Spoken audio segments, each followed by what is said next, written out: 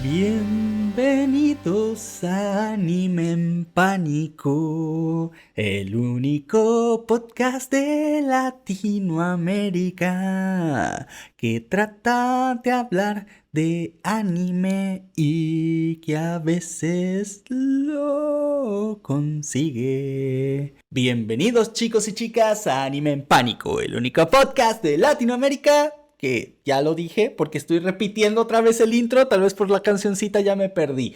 Pero bueno, chicos y chicas, bienvenidos One Punch Mans, One Punch Womans y personas que quieren alcanzar el Nirvana. Y no me refiero a ese de Kurt Cobain, me refiero al de una de las personas que yo creo que es más famosa en este momento en todo el mundo y que así como ha sido, por ejemplo, en la religión que es dominante en nuestro lado del mundo, que es la de Jesucito y el cristianismo y el catolicismo y todo eso, como seguramente conocen, en Asia una de las religiones dominantes, y no es la que más, es el budismo.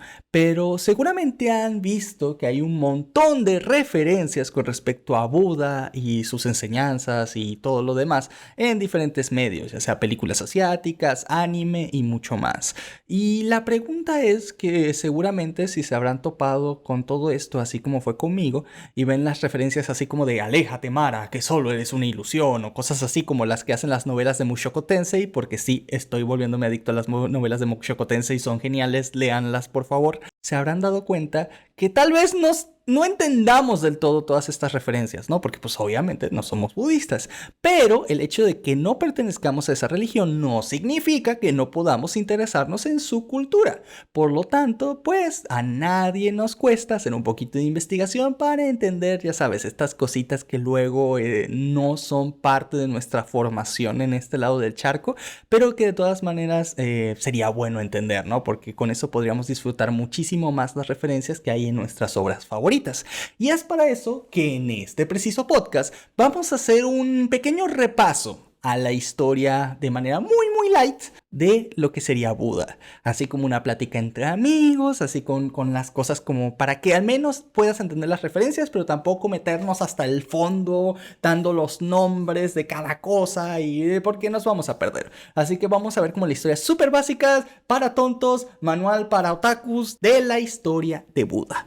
Y para eso, señoras, señoritos, me traje a alguien muy especial, alguien que seguramente ya conocen bastante en este canal, y es una persona que pues ha tenido la oportunidad de hacer, de formar su propio conocimiento en este ámbito. Y no solo eso, sino que aparte es un gran amigo mío, así que bienvenido, Cafecito, Café para Sapiens. ¡Hola! Hola chicos, muchas gracias por invitarme nuevamente a este podcast Panic y pues saludando aquí a la audiencia y vamos a disfrutar un ratito la plática y a ver qué surge. Así es, así que prepárate en tu asiento porque ahorita vas a aprender bastante y también vas a disfrutar de la voz súper sexy de Café. Uy.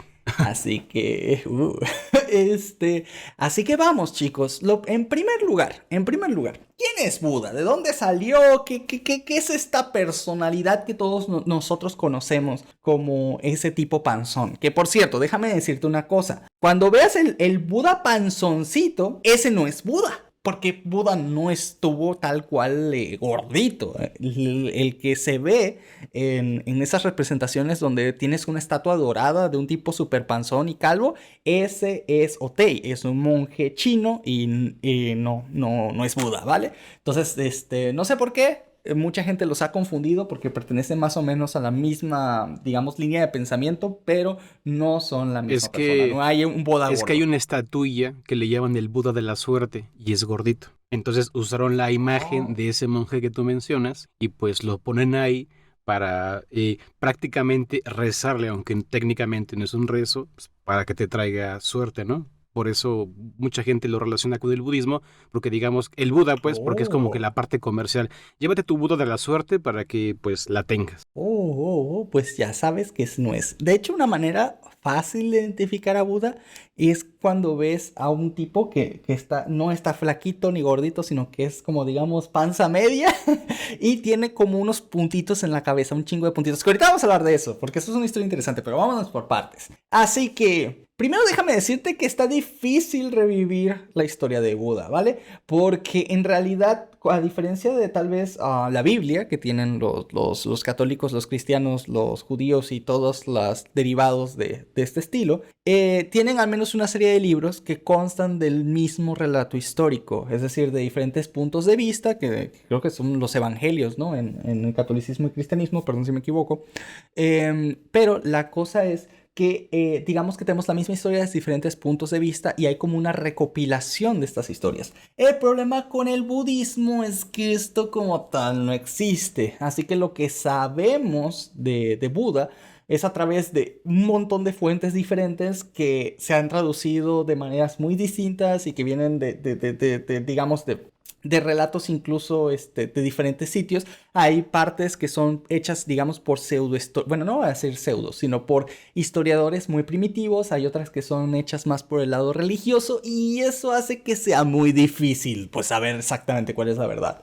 Las principales fuentes, pues, si te interesaba saber por la referencia bibliográfica que tenemos sobre Buda, son el Budakarista, que es un poema en sánscrito que habla de la vida de Buda, a través de todos sus primeros años hasta alcanzar la iluminación. Algunos de los sutras, sobre todo el Lalitavistara. Es que por cierto, si no lo sabías, los sutras, porque esto es una referencia bastante famosas, son frases cortas que transmiten líneas de pensamiento, ¿vale? Son como el equivalente a los pasajes de la Biblia. No son exactamente lo mismo, porque los pasajes de la Biblia son como contar un cuento en partes, pero son partes muy chiquitas. Bueno, en este caso, los sutras son como para transmitir un pensamiento que dijo Buda o una enseñanza o algo así. Entonces, bueno, te la dejan en una frase suelta, facilita de entender, ¿no? Y algunas de ellas también cuentan parte de su historia, que es a lo que voy. Y bueno, ya de ahí hay los relatos de Yakata, los textos de Gadara, el Mahabhastu, que también cuenta como historia. Estas sí son como las narraciones por parte de historiadores. Pero bueno, ese es el punto. Esas son las fuentes que tenemos de recopilación para saber sobre la historia de Buda. Y ahora sí, ¿quién es? ¿Dónde nació? ¿Qué le pasó? ¿Qué fue de él? Ok, en primer lugar, ¿de dónde crees que es Buda? A ver, tienes 3, 2, 1. Seguramente dijiste que era de la India, pero no, en realidad él nació tal cual en Nepal, en la frontera con India, eso es cierto, pero él nació en Nepal. En ese momento, esto fue alrededor del año entre el 563 y el 400 antes de Cristo. Sí, lo dije bien, dije la fecha más grande primero y la más corta después, porque recuerda que en antes de Cristo el número más grande va primero, ¿va? Porque que no digan que lo dije al revés. Él nació siendo parte de una familia, digamos, rica, aristocrática, de que eran como los líderes supremos de ese lugar. No eran tal cual reyes, ¿vale? Porque en realidad era un conjunto de tribus que se unían y habían decidido un jefe en común, y ese jefe, digamos que para ponerlo simple, el rey de ese lugar, ¿va? Porque pues básicamente las funciones eran casi las mismas.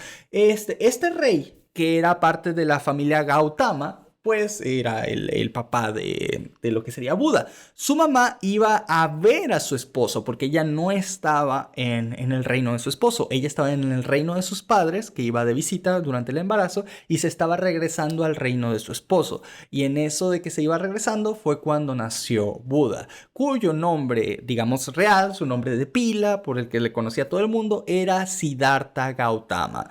La madre muere, todavía no se dice bien, porque también esto no se sabe del todo, pero se dice, y la creencia más popular es que murió durante el parto. Entonces realmente Siddhartha no tuvo una madre tal cual. Lo que él tuvo fue a su tía, que le sirvió como una guía materna. Pero pasa lo siguiente. Resulta que cuando Siddhartha había nacido y ahora sí lo llevan al palacio, pero pues la mamá no había sobrevivido, el papá pues se obsesionó un poquito con sobreproteger a su hijo. Bueno, había perdido a su esposa, es entendible. Y bueno, la cosa es que le hace toda una fiesta en donde le dice a todos así como de, miren, aquí está mi hijo, vienen profetas, que es aquí el equivalente a los Reyes Magos tal vez en el cristianismo, y le vienen a decir, no, pues vamos a hacer la profecía a tu hijo, ¿no? Para saber qué va a hacer en el futuro. Entonces lo agarran, lo toman, cada sabio le hace como su pirueta en la cabecita, su cruz o lo que sea,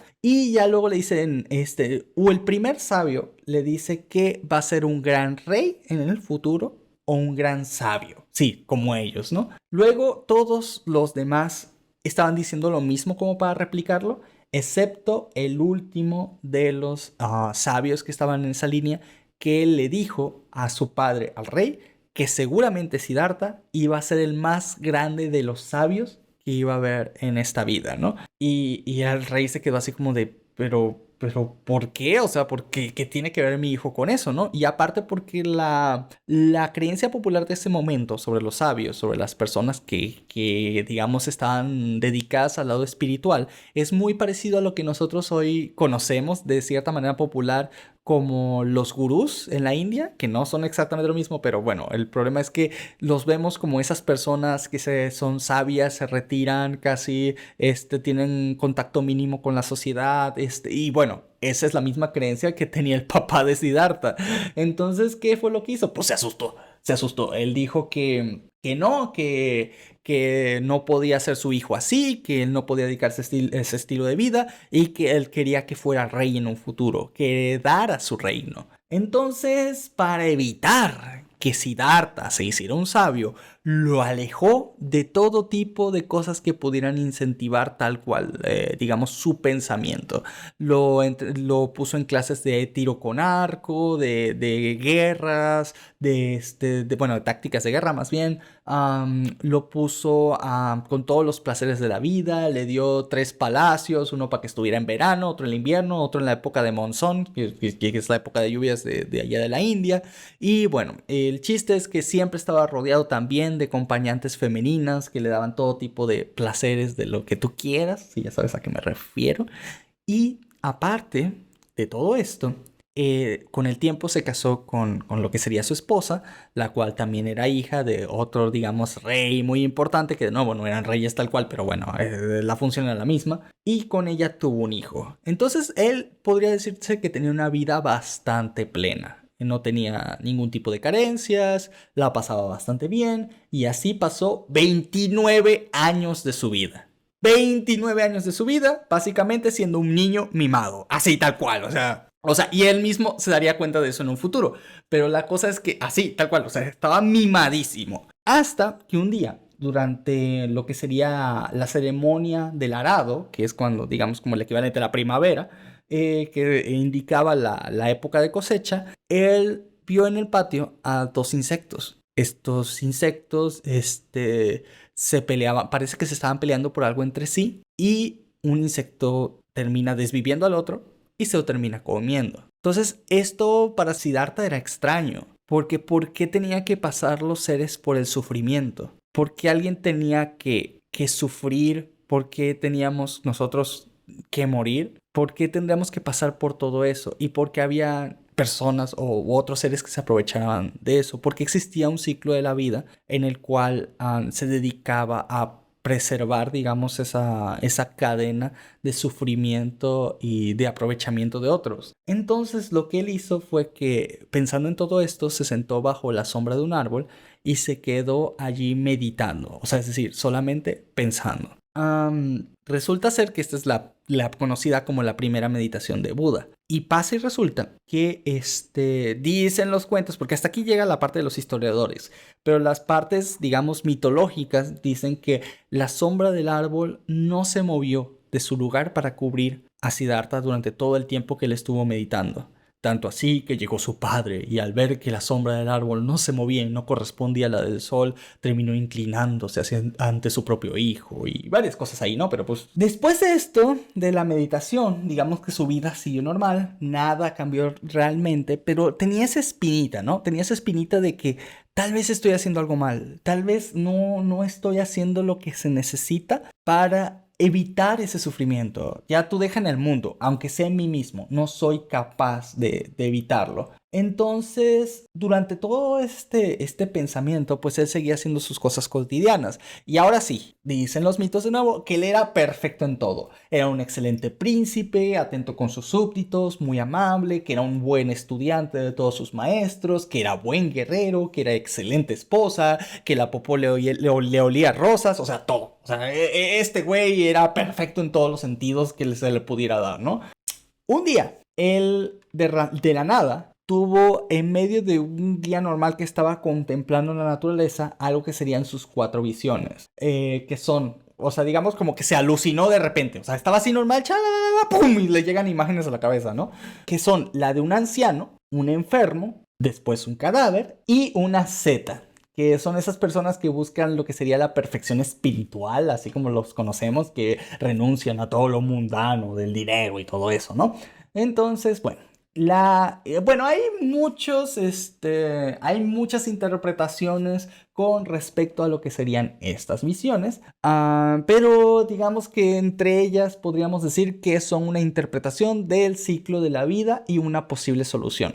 Es decir, a lo de que un anciano refiriéndose al tiempo limitado que tenemos y la posible muerte. Un enfermo, pues lo mismo, ¿no? Una posible muerte y el cadáver siendo ahora sí, digamos, la muerte inevitable. Y la única posible solución es dedicarte a ti mismo o al pensamiento a través de lo que sería el ascetismo. Pero aquí está la cosa, estos son interpretaciones, hay millones de interpretaciones sobre estas visiones, así que pues esta es como una de las más conocidas o lo que engloban casi todas ellas. Ahora, después de que tener estas visiones ya no se sentía para nada a gusto en la vida del palacio, solo sentía que estaba perdiendo el tiempo. Y bueno, ¿por qué? Porque él sentía que él pronto se enfermaría o que en algún momento envejecería, que podría morir en cualquier momento y que sin importar cuál de estas pasara, él iba a perder todo lo que amaba y por todo lo que se había esforzado. Así que la única manera que él sentía que valía la pena vivir era buscando su propia paz y la salida a todo sufrimiento. Y de cierta manera, si fuera posible, él compartir esa experiencia. Entonces, para lograr esto, él le pide a su padre que por favor le deje irse del palacio. Él quería irse a meditar, él quería conocer del mundo, él quería aprender de otras personas, pero pues su padre, acuérdate que lo tenía muy protegido de todo esto y no quería que se fuera porque pues según las visiones pues él iba a ser un súper gran sabio, pero pues eso al papá le asustaba y pues el papá dijo que tú te quedas, tú no puedes salir de la casa, ya son más de las 9 de la noche, no. Tú te tienes que quedar aquí. Cuando Siddhartha le empezó a insistir muchísimo con que no es que yo me tengo que ir porque es que de verdad estoy pidiendo mi tiempo aquí. Y ya el papá le dijo, te doy lo que tú quieras, pero por favor, quédate. Y es cuando Siddhartha le dice, ok, entonces te pido que no me hagas envejecer o te pido que no me hagas enfermar. Por favor, te pido que no me dejes morir. Qué táctica tan tramposa de Siddhartha, ¿eh? Sí, pues era imposible, ¿no? Y el papá dijo, pues no puedo cumplir ninguna de esas. Y yo digo, pues eso es lo que yo quiero solucionar. Entonces, que bueno, el budismo pero tal cual soluciona eso, pero bueno, el chiste es que eso fue lo que le dijo a su papá, ¿no? Y bueno, el chiste es que a pesar de toda la rabieta, digamos, con palabras muy filosóficas, pues el papá le dijo, no, te quedas porque soy tu papá y me hace caso, ¿no? Y Siddhartha de, chale. Y se va, por ahí se pierde, en la noche se va a dormir. Y esa noche tuvo lo que se conocen como los 5 sueños, ¿va? Esto está un poco profundo, así que voy a tratar de tomarlo lo más light que se pueda. En el primer sueño, él se vio a sí mismo durmiendo. Usaba de almohada lo que sería la cordillera del Himalaya, ya sabes, estas que tienen las montañas más grandes del mundo. Y aparte de eso, su mano izquierda descansaba en lo que sería el mar del este, la derecha en el mar del oeste y los pies en el mar del sur. En otras palabras, imagínate lo que él estuviera durmiendo pegado en la India. ¿Ves que la India es como un conito hacia abajo? Pues imagínate que la cabeza está arriba, las manos unen cada uno de los océanos de los lados y hasta abajo, pues los pies. O sea, básicamente es lo que él soñó, ¿no? Esto se interpreta como que era lo de que él necesitaba despertar el conocimiento de sí mismo. O sea, necesitaba despertar de ese sueño en el cual él estaba, ¿no? Que es el sueño de la vida, muchas interpretaciones de esta madre, por eso no me voy a poner muy denso con eso. El segundo sueño narra que era que vio cómo le crecía una enredadera desde su ombligo y se lo llevaba al cielo. Algo así como el cuento de los frijoles mágicos, ¿va? Pero que le crecía desde el ombligo. Está más bizarro. Y lo que sucede con esta interpretación es que dicen que es una manera en que se le hacía saber que tenía un futuro como Buda, en donde tenía que proclamar sus enseñanzas a los seres humanos y hasta a los seres celestiales. Sí, no sé quién hace estas interpretaciones, perdónenme. Yo no sé dónde sacan que la planta que se va de tu ombligo al cielo significa todo eso, pero mira, aquí hay gente que lo interpreta de muchas maneras. Luego, tuvo el tercer sueño, que es donde vio gusanos blancos con cabezas negras que trepaban por él. Uy, esta cosa. Desde sus pies y lo cubrían hasta las rodillas. Esto se dice que era que muchos cabezas de familia, o sea, personas, digamos, padres de familia que mantenían las casas, lo buscarían por refugio en sus enseñanzas. En el cuarto sueño vio a pájaros de diferentes colores que se iban en todas las direcciones y luego volvían a sus pies siendo ahora completamente blancos. O sea, salían pajaritos, eran de colores, regresaron siendo blancos, ¿no? Y esto era se supone que la interpretación de nuevo, que es una alegoría a cómo los nobles, comerciantes y otros iban a obtener una liberación gracias a él. Y por último, el quinto sueño fue de él caminando sobre una montaña llena de excremento, o sea, de popis. Y a pesar de él estar caminando encima de toda esta suciedad súper desagradable, él no se ensuciaba, ni su ropa tampoco. Y bueno, la interpretación ahora de esto es que él iba a recibir regalos como túnicas, alojamiento, dinero, joyas, comida, pero que iba a poder usarlos sin tener ningún tipo de apego a ellos. Entonces, bueno, esos eran los 5 sueños de Buda. Y cuando él se despierta, o sea, digamos que tiene su viaje súper machín con todo lo que te acabo de decir, él se despierta y todo el mundo está dormido en el palacio. O sea, despertó tarde en la noche, pero se dio cuenta de que había una espesa niebla. Bueno, eso dicen los mitos, ¿no? Que había una niebla que cubría el palacio y todo el mundo estaba profundamente dormido. Todo el mundo. Yo digo que nada más eran las 2 de la mañana, pero bueno, aquí lo ponen como que una niebla mística que mandaron los dioses para dormir a todos y que entonces Siddhartha tuviera su oportunidad para fugarse del palacio. Entonces, eso fue exactamente lo que hizo. Vio a todo el mundo dormido y dijo, pues mi papá no me dejó irme, pues yo me voy a la mía. Entonces, agarró, le dio un beso a su hijo y a su esposa, que estaban dormidos y no despertaban, y tomó un caballo y al único que despertó fue a uno de sus sirvientes más leales, al cual lo invitó a irse con él. El sirviente no quería irse y trató de despertar a los demás, pero no sirvió de nada. Así que ni modo, se tuvo que ir con Siddhartha. Ahora, él viajó y viajó y viajó, cruzando 3 reinos completos. Durante este tiempo, él se afeitó la cabeza, se quitó la barba y ahora sí se convirtió en una seta. Entregó todas sus pertenencias que tenía a su sirviente y le dijo que se devolviera al palacio. Bueno, lo pinta muy bonito, pero los historiadores lo que dicen es que el sirviente estaba de ¿cómo nos vamos a ir? ¿Ahora qué vamos a comer? ¿En dónde vamos a estar? Tienes que regresarte con tu papá, pídele perdón. O sea, ya sabes, estaba insoportable y básicamente eso es lo que dicen los historiadores, ¿no? Porque depende de quién te cuente la historia. Entonces, como Siddhartha estaba así como de ya, cállate, toma mis cosas, vuelve con mi papá entonces y quédate allá, ¿no? Básicamente eso fue lo que parece que pasó, pero poniéndolo de una manera más bonita en los mitos, fue más o menos como de, es que, bueno, Siddhartha quería hacerle saber a su padre que no había sido por él que se había ido. Es decir, que no fue porque su padre lo tratara mal, que no fue porque tuviera algún tipo de rencor contra él. Lo amaba y lo amaba muchísimo, pero que este era el camino que había elegido. Así que le dijo a su sirviente que volviera con sus pertenencias y le dijera a su padre que estuviera tranquilo, que fue el camino que él decidió. Ves como varía bastante dependiendo de quién lo cuenta, pero bueno.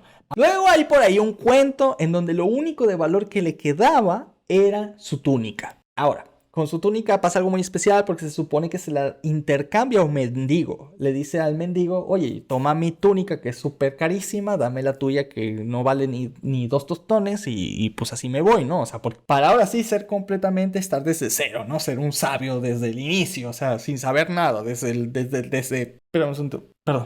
las raíces. Entonces dicen los mitos que había un árbol por ahí que al ver tal acto de humildad se inclina ante Buda. Entonces ves en las representaciones como hay árboles inclinándose ante él cuando él entrega su túnica. Pero bueno, ¿por qué a veces digo este tipo de cosas? Porque vas a ver en los relatos de Buda que pasa estas cosas muchas veces. O sea, de la nada sale una serpiente y lo protege de algo. De la nada un árbol se inclina ante él. De la nada, o sea, pasa muy seguido. O sea, pasa muy seguido que de la nada cosas de la naturaleza hacen cosas por él. No es que él haga los milagros como los hacía Jesucito, sino que en este caso las cosas interactúan y lo respetan. Es bonito, de cierta manera, pero al mismo tiempo es como que extraño, ¿no? O sea, imagínate que le das tu ropa a alguien y de la nada un árbol se pone a la mitad, ¿no? Y tú de, ¿qué onda? Pero bueno. La cosa es que Siddhartha viaja a través de una ruta muy popular de la India en ese momento, que era la Uttarapata. Algo así. Salud. Lol. Y pasó hasta, bueno, aquí no voy a leer los lugares, son un montón de lugares, ¿no?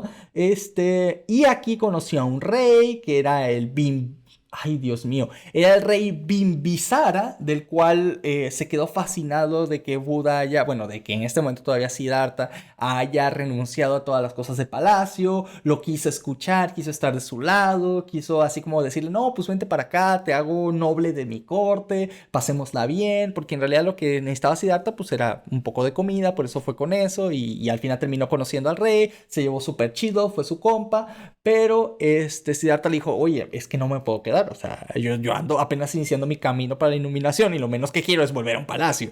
Así que, pues, sales, ahí te ves, ¿no? Y el rey de, no, no te vayas. Y Siddhartha de, ok, vamos a hacer algo. Cuando yo aprenda la iluminación, vengo y te la digo. Y el rey de, pues va, date. Y bueno, ya, Siddhartha sigue su camino. Y durante ese tiempo, pues vivió en el monte, o sea, vivió entre bosques, vivió en medio del cerro y pues tuvo que enfrentarte pues a todas las condiciones que esto requiere, ¿no? O sea, aprender a mantenerte por ti mismo, aprender a comer, digamos, lo que sea, porque acuérdate que él era un niño mimado de palacio. Entonces, pues tuvo que aprender a la dura de nuevo todo casi desde cero, como lo hacemos las personas normales. Y bueno, eventualmente llegó con lo que sería un maestro de meditación yógica, que sería Arada Kalama, el cual era practicante, o más bien era uno de los fundadores, de una disciplina que se llama la meditación de la esfera de la nada, que es básicamente tratar de alcanzar la iluminación sobre pensamientos que no vayan literalmente hacia ningún lado. Es ese típico de mantén tu cabeza completamente en blanco, no pienses en nada y eventualmente encontrarás la respuesta. Pues bueno, Siddhartha se quedó un buen rato practicando con este tipo y sintió que no llevaba para ningún lado. Que literalmente esto no servía para nada. Y le dijo, pues sale, bye. Yo esto no lo encuentro que sirva de un coño, así que me voy. Y luego de eso, pues fue buscando a más maestros que pudieran enseñarle diferentes tipos de meditación. Así que encontró otro maestro llamado Udraka Ramaputra. Uy, Dios, qué nombre tan feo. Y bueno, a través de él quería entrar a un nuevo nivel de conciencia, o utilizando otro estilo de meditación que se llamaba la esfera de mi percepción y no percepción. Dios mío, qué nombre tan malo también. Y bueno, la cosa es que no sé, sí no sé de qué va, así que no voy a opinar nada de Y la cosa es que también Siddhartha dijo lo mismo, se quedó casi un año entrenando con él y dijo, esto no me sirve de nada, pues sale, ahí te ves. Después de haber pasado con y muchos otros maestros, Siddhartha dijo, ¿sabes qué? Estoy harto. O sea, cada quien tiene, digamos, su forma de ver las cosas, pero no encuentro uno que realmente sirva, ¿va? O sea, es como que todos son unos charlatanes, yo quiero una manera. Bueno, no es que fueran charlatanes, es que cada quien lo trataba de ver a su manera, pero Siddhartha decía que no iban para ningún lado. Entonces él quería buscar su propia manera de hacerlo. Así que lo que hizo fue que renunció completamente a cualquier tipo de consumo que no fuera necesario. En otras palabras, casi no comía. En teoría ni siquiera bebía agua. Se supone que solo bebía el rocío de la mañana. Y eso era todo lo que le caía en los labios. Y eso era todo el agua que bebía. Pero bueno, el chiste es que bebía muy poquita agua, ¿no? Y bueno, mucha gente empezó a conocerlo a través de digamos, de esta práctica del no consumo extremo, por decirlo de alguna manera, y lo empezaron a seguir. De hecho, tuvo en ese momento 5 discípulos. Pero pasó el tiempo, y llegó un punto en que Siddhartha estaba en los huesos. O sea, de tanto no comer, de tanto no beber, no se podía casi ni mover. Se sentía súper mal, de hecho se le veían las costillas y la columna vertebral ya tanto de tan delgado que estaba, y fue a un río. En ese río, mientras se bañaba, vio que había una persona que le estaba enseñando a unos alumnos, a tocar algo parecido a una guitarra, ¿vale? Y en ese momento, esta persona decía que si aprietas demasiado las cuerdas, no va a salir el sonido. Y si no las aprietas bien, o sea, si las dejas muy flojitas, tampoco va a salir el sonido. Que para que salga un buen sonido, lo que tienes es que dejarlo un punto medio, donde no esté ni tan apretado ni tan flojo. Entonces Buda dijo, bueno, Siddhartha dijo, oh, ya, lo tengo, o sea, ya, eureka, ¿no? No se trata de estar en el extremo donde no coma nada ni haga nada, pero tampoco se trata de estar en el extremo de los placeres. Y para este momento él ya había pasado los dos extremos, ¿no? En el de no comer, no beber, no tener para nada, no poder ni moverse, y en el extremo, pues, que tenía en el palacio, ¿no? De comer cuando quería, de tener un montón de mujeres, de tener toda su vida casi perfecta, y pues ninguno de los dos estados lo llevaba a donde él quería, que él quería alcanzar el nirvana. Entonces, al no poder hacerlo, pues dijo, pues el camino es el camino del medio, el camino del equilibrio, que de hecho, como puedes darte cuenta, lo que es las referencias al equilibrio en casi todo lo que sea la parafernalia de cosas relacionadas al budismo está presente. Entonces, bueno, para que tengas una idea de las ideas de otra de las referencias que tienen que ver con el equilibrio dentro de todo esto. Así que después de bañarse en el río, Siddhartha salió y una niña que pasaba por ahí con un arroz con leche, bueno, no exactamente eso, pero como algo muy parecido de la India, pues vio que pues este tipo súper delgadísimo se estaba bañando, que apenas se podía mover, y pues le brindó un poco de ese arroz con leche, a lo cual Siddhartha aceptó gustoso. Y los discípulos de Siddhartha que estaban pasando por ahí lo vieron y se quedaron decepcionados de él porque pensaron que se había vuelto un indisciplinado. Pero Siddhartha dijo, no, escuchen, lo que pasa es que descubrí que esta no es la manera de alcanzar el lugar al que queremos llegar. Esto es simplemente una distracción porque tampoco está sirviendo para nada y lo mejor es tomar un camino de medio, pero sus discípulos no quisieron escuchar. De hecho, lo tomaron como que si fuera ya, como que hubiera abandonado la doctrina y lo dejaron tirado. Literalmente se fueron, ni le hablaron y lo dejaron solo. Entonces, pues Siddhartha dijo, chale, pues ya me quedé solito. Qué mal, qué mal plan, ¿no? Por esta gente. Pero bueno, ni modo, yo seguiré mi meditación como he hecho siempre.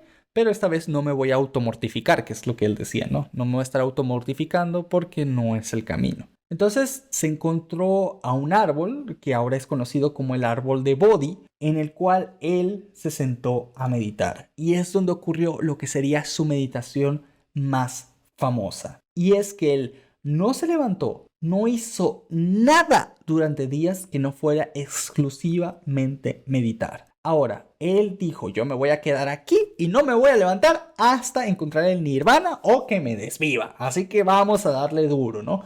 Entonces se puso a pensar, se puso a meditar, reflexionó de su vida, cosas de meditar. Y en ese momento pasa que pues el sol le estaba pegando y le estaba pegando muy fuerte. Pero unos caracolitos que iban pasando por ahí se dan cuenta de que el pelón pues estaba quemando el coco, literalmente, porque estaba pensando, pero al mismo tiempo porque le estaba pegando el sol. Y dijeron, sí, los caracoles, porque aquí los caracoles piensan. Y dijeron que si se interrumpía esa meditación, podía ser muy problemático, que en realidad él estaba en medio de algo súper digamos, de capacidades divinas y todo eso. Así que este caracolito le dijo a los demás caracolitos que fueran con este calvito y que lo cubrieran del sol. Entonces, 108 caracoles se juntan y se suben. Sí, ya sé, cuando lo ves tal vez en ese tiempo suena como a súper asqueroso que se te suban 108 caracoles, pero bueno, es la historia de Buda, ¿vale? No la mía. Le subieron 108 caracoles en la cabeza y lo protegieron del sol. Así que cuando veas esa representación de Buda con unos piquitos en la cabeza, quiero que sepas que Buda todo el tiempo estuvo calvo, ¿va? Cuando lo veas con esas cositas que parecen en la cabeza extrañas, en realidad estás viendo los caparazones de 108 caracoles que se quedaron pegados en la calva, ¿va? Por lo que sé, estos 108 caracoles que se le subieron son varias interpretaciones, que es, por ejemplo, los 108 impedimentos mentales que no te dejan entrar al nirvana, ¿no? Que tiene que ver con cosas como, no sé, distraerte con un montón de cosas. La verdad es que no le presté atención, ¿para qué te voy a decir que no? De hecho, creo que eso lo sabes mejor tú, Cafecito. Bueno, miren chicos, La verdad, esto es un poquito profundo en términos del budismo, pero tampoco lo es tanto. Entonces, les explico. En el budismo hay unas cosas que se llaman kleshas, que son, como dice Panek, los impedimentos para liberarse del sufrimiento. Aquí aclaro que el nirvana no es como tal un estado de, de conciencia en el que la persona está viva o que tiene que llegar a un lugar específico. Literalmente, lo que dice el budismo, lo que enseña, junto a otras escuelas, porque hay varios tipos de budismo, por cierto, es que el nirvana es un lugar que cuando la persona abandona este mundo físico, pues llega a eso, ¿no? Llega a ese punto que literalmente también se puede entender como la unión con el todo. Es la pérdida del yo, de la identificación de uno mismo, ¿no? Entonces ellos lo manejan muy bonito diciendo te vuelves el uno con las estrellas o con el universo, etcétera. Entonces el Buda decía, cuando se sentó, más bien llegó a la conclusión cuando se sentó a meditar y a estar en total quietud y en total calma, se dio cuenta que el problema de todo eran los deseos. Entonces había 108 impedimentos, los kleshas, que justamente se basa en esos deseos que evitan que tú puedas alcanzar ese estado. Y los 108 están, por ejemplo, divididos en unas cosas que, en diferentes etapas, ¿no? Que son, hay 4 estilos de impedimentos que se llaman los kashas, ajá, que son literalmente los deseos. Que se te antoja una hamburguesa, se te antojaron unas papas fritas, un refresquito, o que, no sé, algo que sabes que no es bueno para la salud física y mental, algo se te antoja, pues esos son los kashas, ¿no? Y luego estaban ay, no me acuerdo cómo se llaman, creo que eran los karanas, los otros, que el karana es el tipo de meditación que puedes utilizar para vencerlos. Luego lo que haces es planificar y luego haces la ejecución. Entonces son 4 kashas, 3 karanas, 3 de planificación y 3 de ejecución, ¿ok?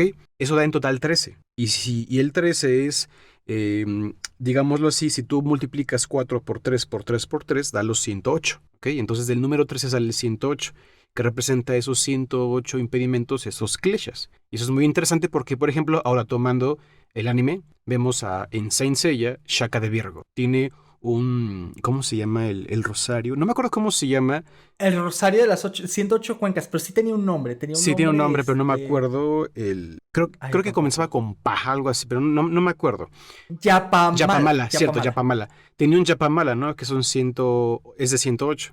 En realidad, esas cuentas, ese rosario, pues representa esos 108 impedimentos y en Saint Seiya utilizaron a los 108 espectros, justamente representándolos por los 108 kleshas, ¿no? Los 108 males, como lo dicen en Saint Seiya, que impiden que las cosas estén bien. Entonces, cada vez que Shaka se desvivía o algún otro santo se desvivía a un espectro, una de las cuentas cambiaba de color, ¿no? Justamente por eso hay 108 espectros. Y hablando de esos 108, Oh. algo que se me hace muy interesante, muy, muy interesante, es que ahorita el anime que pues más se maneja en mi canal es Kimetsu no Yaiba. Entonces, los que sepan del anime, pues ahí está una marioneta que se llama Yorichi Seroshiki. Es un autómata, ¿no? Prácticamente un herrero que más bien era un ingeniero del periodo Sengoku, imagínense el genio que tuvo, hizo un autómata que podía hacer 108 movimientos. Entonces, cuando él lo elaboró, obviamente fue inspirado en Yorichi y le dijo,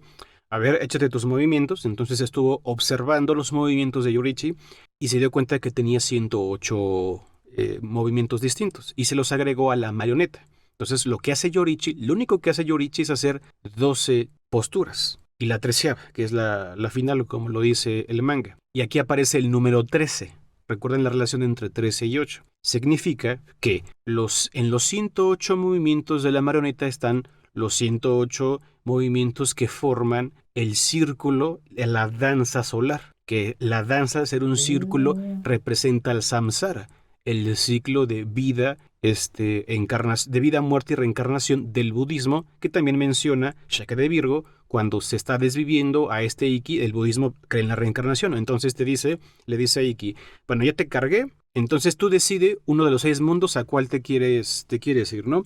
Y ahí menciona el mundo, le dice el cielo, ¿no? A uno, pero en realidad es Deva, donde pues ahí está la perfección absoluta, pero sigue siendo algo distinto al nirvana. porque el nirvana es otra cosa. Está el Ashura, que es justamente el reino de los demonios y de los semidioses, que aquí cuando Panek les comentaba que él, como Buda, tenía la misión de incluso enseñar a seres que son de un plano superior, se refiere justamente al Asura, donde viven seres superiores, y donde según otras culturas relacionadas al budismo, hay una cosa que le llaman el Agartha Sangha, que es el, digamos así, el consejo de los sabios, ¿no? Donde vienen los avatares y donde Buda es considerado uno de los avatares de que, ¿saben qué? El mundo ocupa un sabio, un iluminado, hay que mandarnos, ahora le toca a Buda, ¿no? Por ejemplo. Entonces, de ahí viene. Entonces, es entendido, es interpretado que Buda es un espíritu muy viejo y que encarnó y por eso tenía ese conocimiento. Y está el mundo humano, pero también está el mundo animal. Por eso los budistas creen también que si alguien muere, pues se puede revivir como un gusanito o como un venadito. Y está el preta, que es los espíritus hambrientos, que cada que un cuerpo muere se desintegra y se va pudriendo, pero hay espíritus que literalmente quieren la carne y para poder regresar a la vida. Y luego está el interesante que es el Naraka. El Naraka es el infierno. Y ese, por ejemplo, se menciona también en Kimetsu no Yaiba, porque dice, Musan está en el Abysse cuando es derrotado. Perdón por el spoiler, sé que no lo sabía, pero pues ya estamos muy avanzados como para que alguien no lo sepa. Y se supone que en la filosofía budista, un alma va al infierno, pasa un tiempo ahí, después de que le meten sus, no sé cómo decirlo, sus latigazos, sus castigos, cumple una condena y vuelve a encarnar en uno de estos mundos, regularmente en el mundo humano. Entonces, en el Abysse es donde van los peores criminales. Y ahí estaba Musan, porque sale en una entrevista, que están, por cierto, en el segundo fanbook oficial de Kimetsu no Yaiba, y lo dejan salir para que Musan sea entrevistado y preguntarle qué se sentía, qué se siente el aliento solar, ¿no? Y dice, Musan se siente de la fregada, está horrible y duele muchísimo. Entonces, está en un tiempo ahí y obviamente va a regresar y va a encarnar. Algo que también, por cierto, es la referencia budista, ¿no? De Kimetsu no Yaiba, que Yushiro, el asistente de Tamayo, está vivo y él espera a que su Tamayo vuelva a reencarnar. Ah, ¿es en serio? O sea, ¿esa es su motivación para seguir vivo? Sí, porque sabe que va a regresar, porque es budista, ¿ok? Entonces, como ella es demonio, va a cumplir una condena en el infierno y va a regresar. Y él va a estar ahí como demonio el tiempo necesario esperando. Aunque si yo fuera Yushiro, yo pues también me hubiera autodesvivido para cumplir condena y ya pues encarnamos al mismo tiempo, ¿no? Y esas son las referencias. Pero, por ejemplo, cuando nosotros escuchamos cosas como los 108 de las cuentas de Shaka o los 108 movimientos de Yorichi Seroshiki y las 12 posturas del sol con la 13ª, no entendemos las referencias. Es como tú dijiste al inicio de esto, de que al no ser japoneses, pues mucha información se nos escapa y se nos va. Entonces, para ellos puede ser algo implícito, como por ejemplo, a mí lo que me encanta de la referencia que hace Gotouge, ya sabemos que la religión, digámoslo así, oficial de Japón es el sintoísmo, aunque son más budistas. Bueno, y lo que hacen ellos es combinar religiones, es que al ser el sintoísmo la principal religión, vemos que el Yorichi, que es el primer usuario del aliento solar, pues está representado, lo representa el sintoísmo, ¿no? Pues porque habla de la diosa del sol, ¿no? Que es Amaterasu, y eso es sintoísta. Y el heredero es la otra religión que llegó, que es el budismo, y es Tanjiro Kamado, y es por su apellido. Kamado es el nombre de un kami que es Kamadogami, ¿no? Pero Kamadogami literalmente es la transformación de un Buda de China y Nepal, que tiene que ver con hay una filosofía budista que tiene que ver con la adoración, entre comillas, adoración al sol, que es Vairocona, que literalmente es un Buda cósmico que lo representa el sol. ¿Por qué? Porque es la luz y la iluminación. Entonces, es la referencia de que Kamado es el sol desde el budismo y Yorichi es el sol desde el sintoísmo. Entonces, todo eso no lo perdemos totalmente y no entendemos las referencias. Entonces, para concluir este pedacito informativo, pues los 108 kleshas, que son los impedimentos para poder alcanzar el nirvana, están representados ya sea en las cuentas de Shaka o en los movimientos de este Yorichi, ¿no? Que lo interesante es que hace más conexiones, porque hay un secreto Taisho donde Uta, la esposa de Yorichi, dice que le recuerda a él a un espíritu Jizo. Entonces, si tú vas a Japón o buscas imágenes, hay unos mini buditas que están en los caminos, ¿no? Que muchas veces se parecen como niños ahí peloncitos.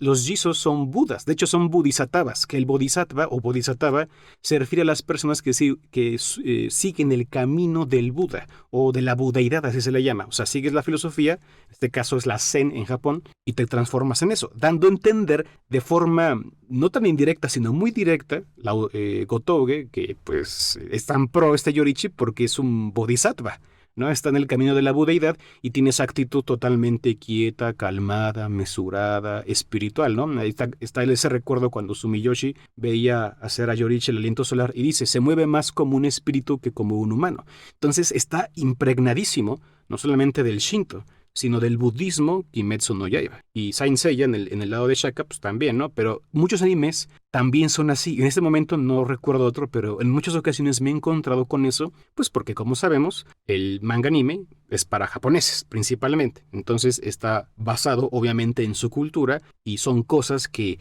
la mayoría de los nipones entienden perfectamente, pues porque es lo normal y nosotros nos perdemos de todo eso. Y pues ya, esa fue mi cápsula informativa. Las curiosidades con cafecito. Está interesante el tema. Ahora, la cosa es que no solamente nosotros nos dimos cuenta que representaban esos 108 caracoles, también Buda entendió estas 108 cosas que son malas en el cerebro y que hay que deshacerse para llegar a Nirvana. Así que después de mucho pensar en cómo deshacerse de ellas, llegó a algo que se conoce como los 10 paramitas. 10 fórmulas necesarias totalmente para llegar a la iluminación. Esas 10 son la generosidad, la disciplina, la paciencia, el esfuerzo, la concentración, la sabiduría, medios hábiles y elocuentes, lo que sea que eso signifique, compromiso, espiritualidad y conocimiento. Si cumples con los 10 paramitas, serás capaz de llegar al nirvana. Pero no necesariamente, o sea, es como prerequisitos, ¿va? Y después de eso, pues ya tendrías que meditar y todo lo demás. Pero digamos que como lo esencial, así como, digamos, en el cristianismo, lo que necesitas hacer para llegar con Diosito es, en primer lugar, no romper los 10 mandamientos, ¿va? Pues aquí es algo parecido, pero en vez de orientado a no debes o tienes que hacer esto, en el caso de Buda es, si quieres llegar al nirvana, tienes que cumplir con estas cosas que te estoy diciendo, ¿no? Entonces, cuando él se encontraba muy cerca de llegar a lo que sería la iluminación, si quieres verlo así, hubo alguien que no quería que él llegara. Y a este se le conocía como el dios Mara. Este era conocido en la mitología en India por ser el dios de las tentaciones y la ilusión. Y pues tenía miedo de que si Buda llegaba a la iluminación, entonces le enseñaría a mucha gente el método de cómo hacerlo y entonces podrían superar todas las ilusiones de este mundo. Entonces, por eso mismo es que Mara se enfocó en hacer de que Buda no pudiera llegar. Lo primero que hizo fue mandar a los ejércitos. Esto ya es pura mitología. De aquí en adelante es puro 100% mitología, ¿va? A menos durante este ciclo de la meditación. Llega Mara y le dice a los diablos, a las diablesas, por ahí le dice también a Musan, le dice a Hades, le dice a todo el mundo, vamos a juntarnos y le caemos a este güey y lo madreamos entre todos. Entonces van todos los ejércitos de Mara y atacan a Buda. Pero cuando las flechas y las espadas caían, ante Buda solo había flores. Es decir, estaba convirtiendo todo en florecitas del güey. Entonces, Mara no entendía por qué. Y Buda le explica, ¿no? Así como de, todo lo que tienes en tu ejército son ilusiones, ¿no? De que si tu primer ejército es el hambre, el segundo es la sed, el tercero es vanagloriarte a ti mismo, el cuarto es esto, el quinto es aquello y no sé qué. Y le dice, pues básicamente tus ejércitos son falsos y no me afectan. Entonces, pues, el ejército de Mara desapareció. Entonces, Mara, pues enojado porque pues, le habían deshecho el ejército, dijo, ok, ¿qué le envío? Y le envió a sus hijas. Entonces lo quería distraer. Tenía las 3 hijas, que bueno, no me quiero ir muy a la fregada con tantos nombres y tantas cosas, pero pues bueno, por si te interesa saber cómo se llaman las hijas del mayor de los diablos de esta mitología, son Tanja, que es la encarnación del deseo irrefrenable. Es cuando te quieres tirar a alguien porque, está buenísima. Bueno, esa es Tara. Que está Raga, que es el placer incontenible. O sea, una vez que puede ser no necesariamente del lado del chacachaca, sino puede ser a través de la comida, de masajitos, de cualquier cosa que te produzca demasiado placer. Y por último está Ariti, que es el arrepentimiento más mortificante. Son esas cosas que no puedes dejar atrás, que te acompañan en tu día a día y que no, o sea, que te arrepientes por ellas. Y bueno, la cosa es que tratan de seducir, de acostarse con Siddhartha, de interrumpirlo en su meditación, pero simplemente no pueden. Entonces, al no poder, pues parece que simplemente el viento hizo que los pensamientos que Siddhartha tenía sobre ellas desaparecieran por completo, haciendo que básicamente se quedara solo. Muchas religiones, obviamente esto lo digo con todo el respeto del mundo para aquellos que practican la religión que sea de las que voy a nombrar. Muchas religiones son copy-paste y lo que tú mencionas de Mara, que también es conocido como Maya, que se escribe con I latina, M-A, I latina y luego A, pero también como Maya, que significa la ilusión o la eterna ilusión. Bueno, aparte de los occidentalismos y eso, es el paralelismo, literalmente el copy-paste más bien, entre otra religión que conozco muy bien, que es pues todo lo que tiene que ver con la mitología judeocristiana. Y es que el Maya aparece, está personificado como una deidad que es el que está tentando a Buda, ¿no? Para mostrarle un montón de cosas que no son parte de la verdad, y es lo que representa. Y es mucho más que eso. Todo lo que ve en la vida real no es la verdad, solamente es la realidad, y la realidad es una ilusión. Entonces me recuerda mucho cuando el Jesús Cristo decide irse al desierto Al para desierto, convertirse. sí. Y se le aparece Satanás, que en su etimología del hebreo, Satán significa adversario. Entonces muchos lo interpretan como el adversario eres tú mismo, tus propios deseos, tal como lo decía el Buda. Y Satán le dice, yo te puedo dar todo lo que tú quieras. Y le muestra un montón de cosas. Entonces Jesús, hablando de los ejércitos, nuevamente aparece la ilusión, la alusión al tema. Dice, yo ahorita podría llamar 12, otra vez el número 12, 12 legiones de ángeles a mi padre, o sea, se los pido y me los manda, ¿no? Y yo podría hacer lo que yo quiera con esos ejércitos. No te necesito para nada. Entonces, después de tanto tiempo estar ahí en su momento donde buscaba técnicamente la iluminación, pues Satán, el adversario, desaparece. El adversario sería entendido como justamente la misma superación del Jesús humano y sucede muy similar con el Buda. Y eso sucede más con otros personajes, ¿eh?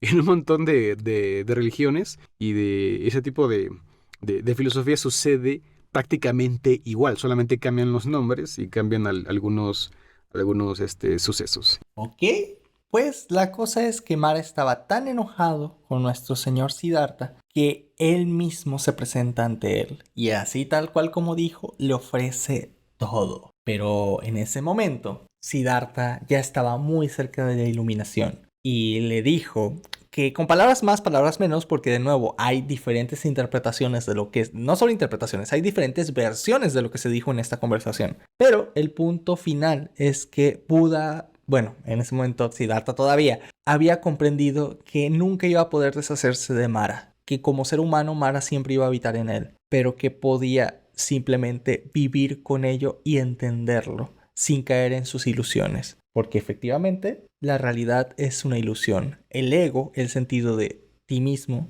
y de pertenencia, era una ilusión.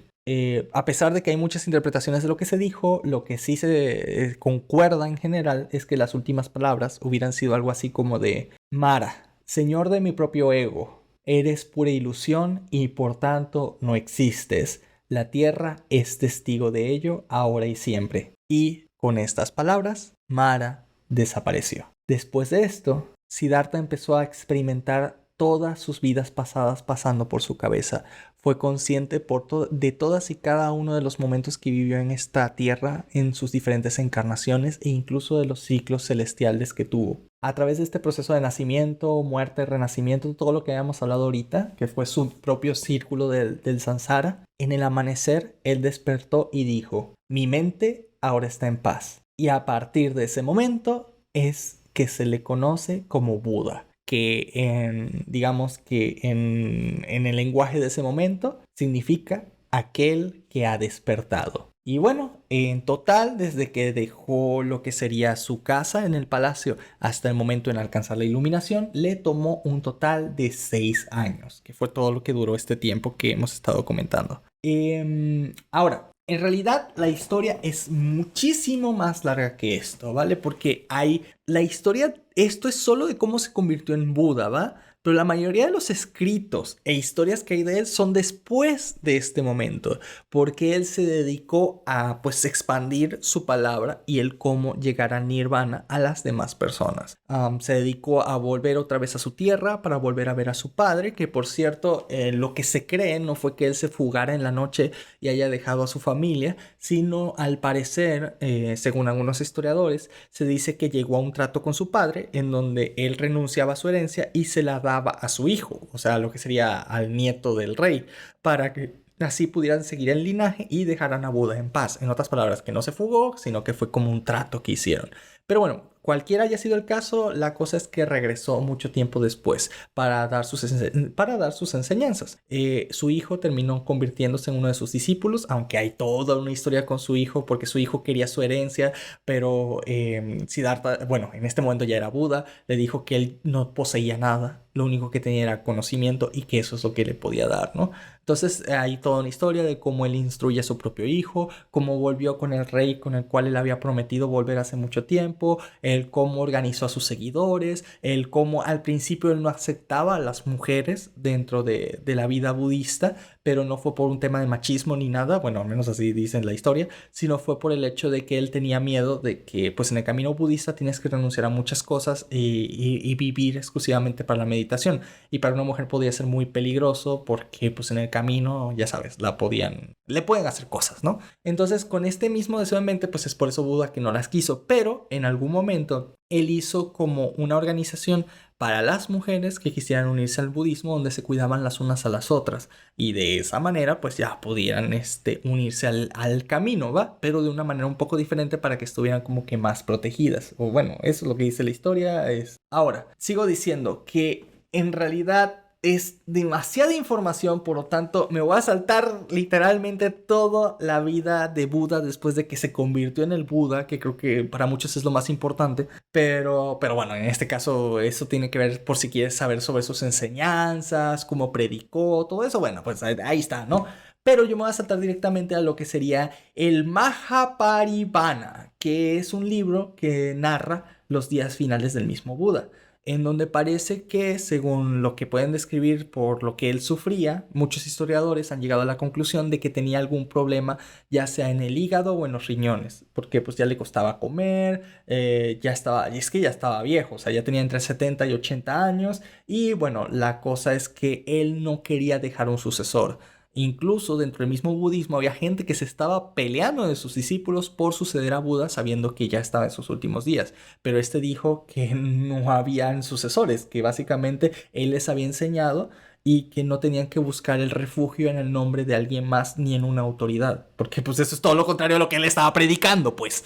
Entonces, al final, pues no eligió a nadie. Fueron a comer a casa de un herrero que digamos, le tenía mucho aprecio a Buda. Y algo de la comida le cayó mal. Y pues terminó cayendo ahora sí bastante, bastante, bastante enfermo. Entonces, él, sabiendo que ya estaba en sus últimas etapas, reunió a sus discípulos y les dijo que literalmente es así, pues, ¿alguien tiene alguna duda de todo lo que he enseñado? ¿No? Pues ya me voy. Y o sea, obviamente todo esto con palabras más bonitas, pero básicamente es eso lo que dijo. Y lo último también que le dijo fue a uno de sus discípulos es que le hiciera saber al herrero que no fue su comida la que le hizo mal. O sea, no es que estuviera envenenada. O sea, lo que él, más que para el herrero, que estuviera en calma es para decirle a los demás que no se vengaran del pobre herrero que le había dado de comer, ¿no?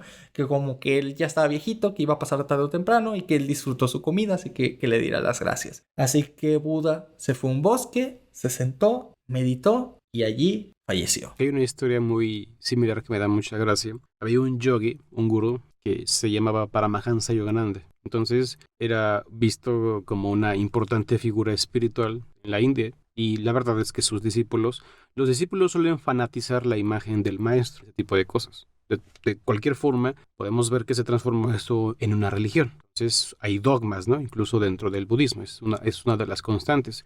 Lo que pasa es que Paramahansa Yogananda fue a dar una conferencia. Él también comió. Obviamente estaba mal de salud, tenía varios problemas de salud Paramahansa Yogananda, también porque estaba como muy pasadito de peso. Y no tan grande, pero pues el sobrepeso no le ayudaba, se sintió mal y se petateó.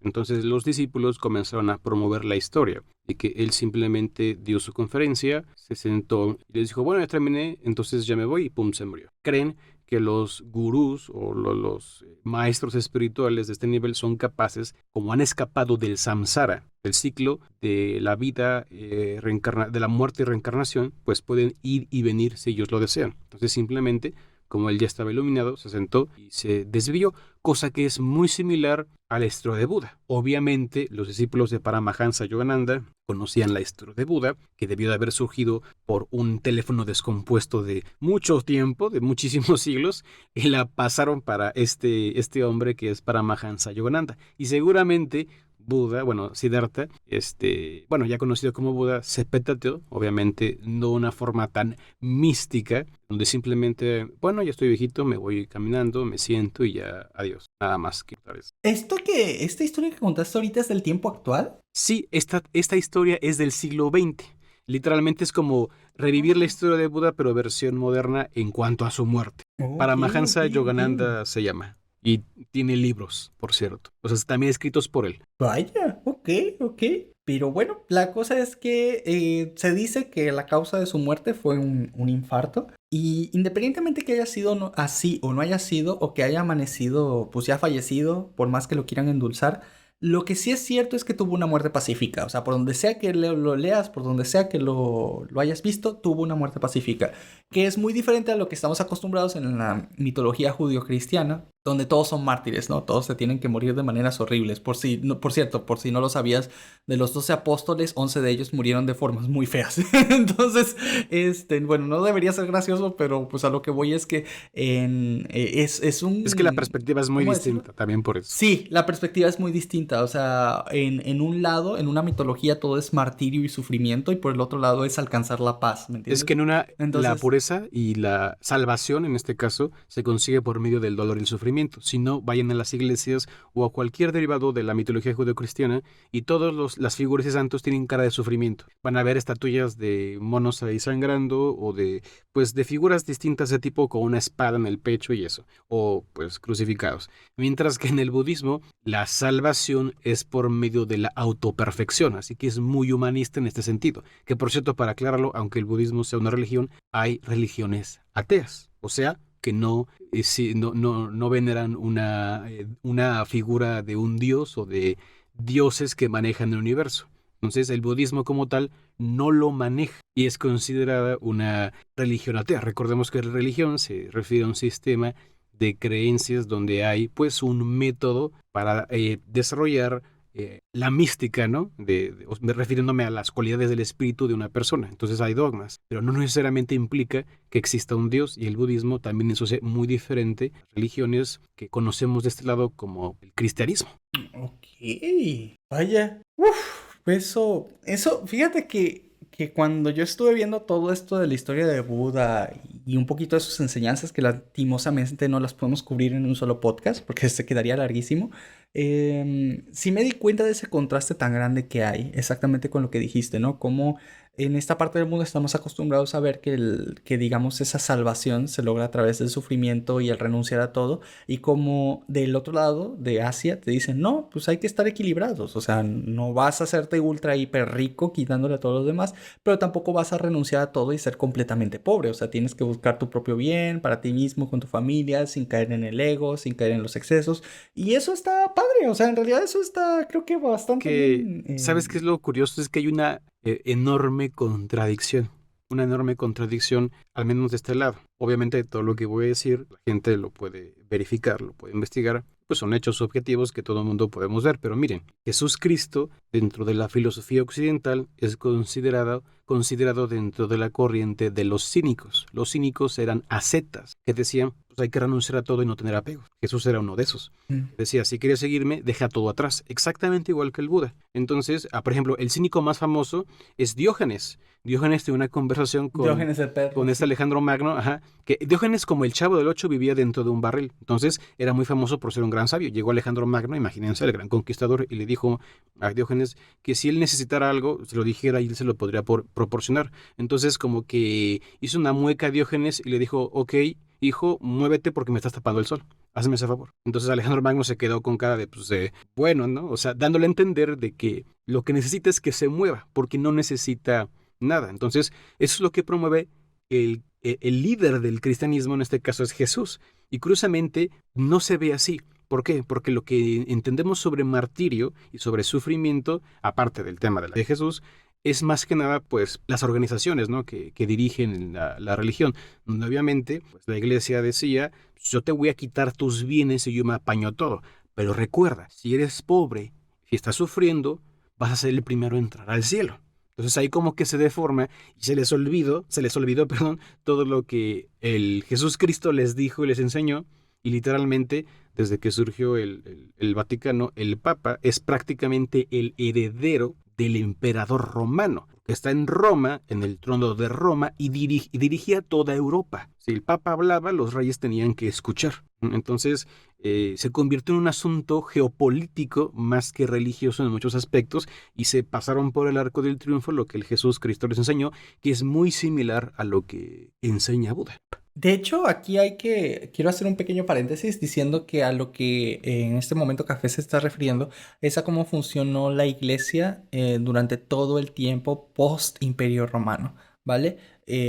Ahorita funciona un poquito, digamos, igual, pero diferente, pero durante mucho tiempo tengamos en cuenta que la iglesia era la que ponía y quitaba reyes a lo largo y ancho de Europa, ¿vale? Eso es a lo que se refiere más que nada. Porque muchos podrían decirte, no, pero ahorita la iglesia no tiene poder, porque esto... Sí, No, ya lo sabemos. Ahorita ya no. Pero durante la mayor parte de la historia sí lo tuvo. Sí, ahorita ya no. Como las cosas han cambiado mucho, la iglesia ha tenido que aprender a adaptarse. Si no te adaptas, si no te reinventas, pues no puedes sobrevivir. Es como antes que llegaba, por ejemplo, Bruno Giordano, no, que las estrellas son soles, pues lo quemamos. O que llegaba Galileo, no, que la Tierra no es el centro, pues te encierro. Ahora ya no, ahora la iglesia aprendió a escuchar, pues porque obviamente el pensamiento, la ciencia y la filosofía la obligaron, el mundo despertó en ese sentido y tuvo que adaptarse a la iglesia, así que obviamente no es igual. Y no es lo mismo, no, le ha pasado muy similar a otras religiones. No.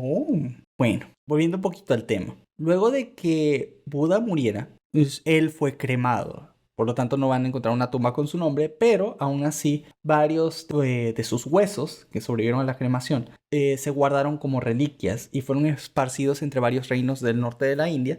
E incluso este árbol en donde hizo la meditación y en donde estuvo con Mara y todo eso, en teoría existe incluso hasta el día de hoy y hay un templo gigante allí que rodea el árbol, porque el árbol sigue existiendo. Se supone. Pero en realidad, pues se supone pero en realidad es uno de los hijos del árbol en todo caso, ¿no? Porque estamos hablando de que esto sucedió hace casi 3000 años ya para este punto. Entonces, bueno, 2500 años por ahí. Entonces, pero bueno, en el lugar donde se supone que estuvo ese árbol, pues ahí está. Ahorita, un templo que se puede visitar incluso al día de hoy. Ahora sí, en realidad hay muchos poderes que se supone que se te otorgan al entrar al nirvana, que se han hecho más un mito que una realidad, ¿no? Que, por ejemplo, cuando alcanzas el nirvana como el Buda, eres capaz de ser omnisciente, que no necesitas comer, dormir o beber, que tienes la capacidad de quitar el karma a las personas, que tienes omnipresencia y que casi tienes omnipotencia. Pero no, ni siquiera el mismo Buda tenía estas cosas, así que digamos que los mitos luego se fueron muy es que demasiado exagerados. Ahí hay un problema de interpretación, porque el nirvana no es algo físico. Entonces, te lo voy a explicar así, mira. No tiene que ver, porque esto es filosofía china, ¿ok? Pero es una combinación de filosofías orientales que ayudan a ejemplificarlo. La iluminación, dentro de algunas filosofías que también tienen que ver con la India, tiene que ver con el tercer ojo. Seguramente mucha gente lo ha relacionado. O sea, sabe qué es. Entonces, en China, donde surgió el tema de los chakras, al igual que en la India y en Nepal, pues el tercer ojo estaba en la frente, arribita de los ojos, entre las cejas.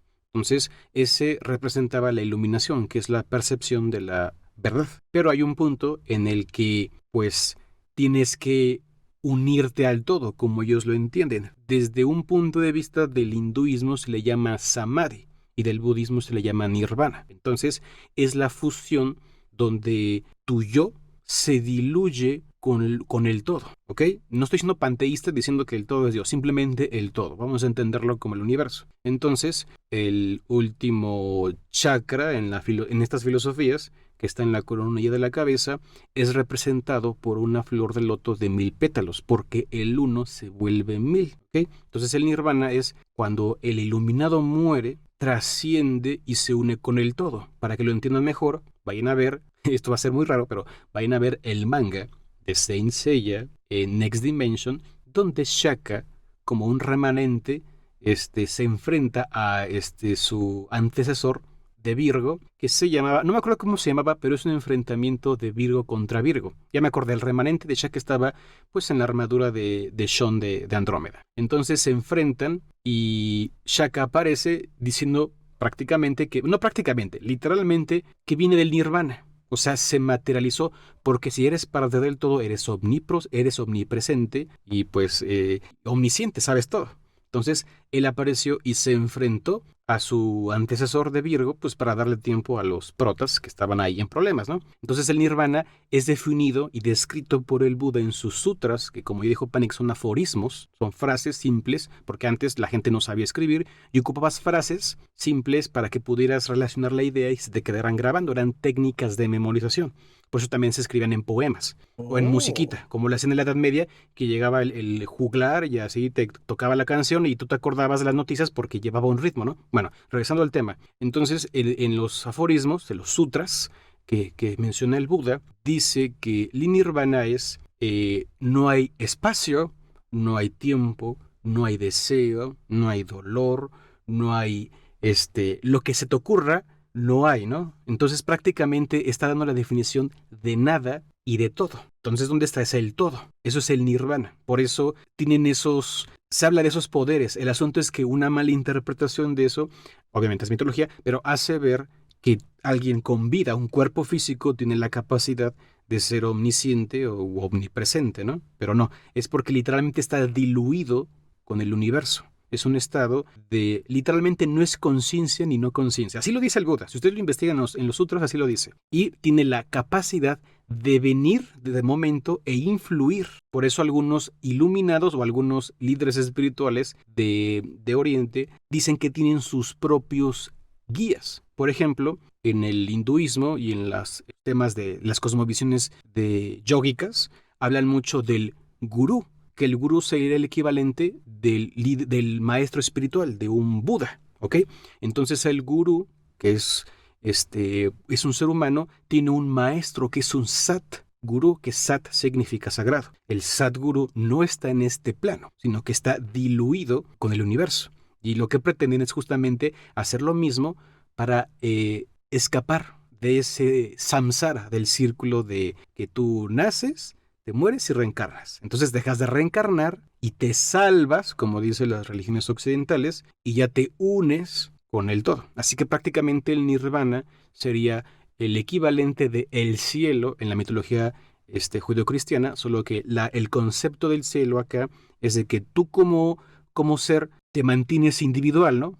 Aparentemente, permanece tu individualidad, pero acá no, sino que estás fusionado con el todo. Entonces por eso hay esa contradicción. Básicamente funcionaría así. Tú dime si estoy en lo correcto porque esta es una interpretación personal. Vienes del todo y del todo se genera un individuo. Este individuo entra en la rueda del samsara teniendo diferentes encarnaciones, ya sean animales como personas, aprendiendo diferentes cosas una y otra y otra y otra y otra vez hasta que alcance el estado de nirvana. El nirvana sería como a lo que se le llama a esta salida del círculo. Una vez que lo hace, que tiene los conocimientos necesarios para comprender cómo salir del círculo, lo hace y vuelve a ser una parte del todo, perdiendo, digamos, su individualidad, pero al mismo tiempo, pues eso es lo que se buscaba desde el inicio. Entonces, vienes del todo y al final vuelves al todo de maneras diferentes. Es extraño, pero podríamos resumirlo más o menos así. Esa sí, pero de hecho tú estás acercándote mucho al ciclo. Así como existe el ciclo del agua, y tú ves las imágenes en Google del circulito, hay un ciclo que lo explica en estas filosofías y se le llama el gran arcano. Ya sabemos que arcano significa secreto. Y prácticamente es así. Arribita, imagínate el círculo, y arribita pones Ajá. sat, que significa sagrado. Entonces, lo sagrado cae, ¿no? Cae a lo mundano, vamos a entenderlo como el mundo físico, el universo, y an es profano. Entonces lo sagrado se hace profano. Sat, an, que están también juntándole Satán, ¿no? Entonces, ¿te acuerdas que Lucifer cayó del cielo? Por eso hay Ujú. muchas similitudes entre las filosofías, pues porque prácticamente es lo mismo. Entonces, cae y poco a poco eso va evolucionando. Es un ciclo de evolución, así es como lo entienden, donde está primero lo más básico, el reino mineral. Entonces, la vida surge a partir del reino mineral y viene el reino de las plantas, el reino de los animales, el reino humano, y luego entran los maestros, los seres bueno, las personas que pues se meten en estas enseñanzas y se ponen como lo suprahumano y luego lo divino que viene en lo que se considera los avatares, los maestros espirituales, y luego lo supradivino, que es la unión con todo, el samsara. Y ese es el círculo. Va bajando y el Oh. sat-an se transforma en ansat. Y eso se llama el gran arcano, ¿no? El gran secreto del universo, como ellos lo entienden. Y este círculo, con diferentes nombres, se aplica en las filosofías, tanto en el hinduismo como en el budismo, y en otras, el jainismo, por ejemplo, es otra, aparece. O las cosmovisiones anteriores al hinduismo, como las darsanas, de las cuales hace tiempo te hablé, ya de forma personal. Que por cierto, quería agregar una cosa aquí primero, y quiero que todos los que nos escuchen estén al consciente de esto. Esto no son nuestras creencias personales, simplemente estamos exponiendo el significado, las interpretaciones y la historia de otras religiones, ¿va? Para que no se nos vayan encima porque esto no está relacionado directamente a nuestras creencias personales. Lo segundo que quería dar a entender era que como lo que es para el cristianismo o el catolicismo, el judaísmo, que se llama así, ¿no? Pues la religión, el judaísmo. Si te das cuenta, Jesucristo era judío, ¿va? Y entonces cuando tú te vas al cristianismo, al catolicismo, en realidad todo lo que es el Antiguo Testamento son los libros sagrados del judismo, ¿vale? Porque Jesucristo era judío. Entonces, en realidad, digamos que el catolicismo y el cristianismo son digievoluciones del judismo o el judaísmo, ¿va? En mi caso personal, el budismo lo interpreto como una digievolución del hinduismo, porque Mara y muchos de los dioses que no mencioné, pero que aparecen dentro de la mitología budista, son hinduistas.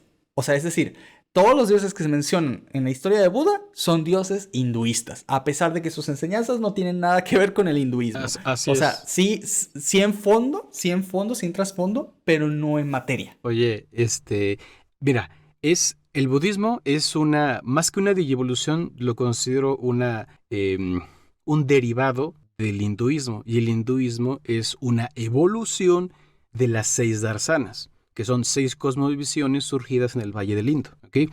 Algo muy curioso en el lado del cristianismo es porque, como tú dices, sí, Jesús era un judío.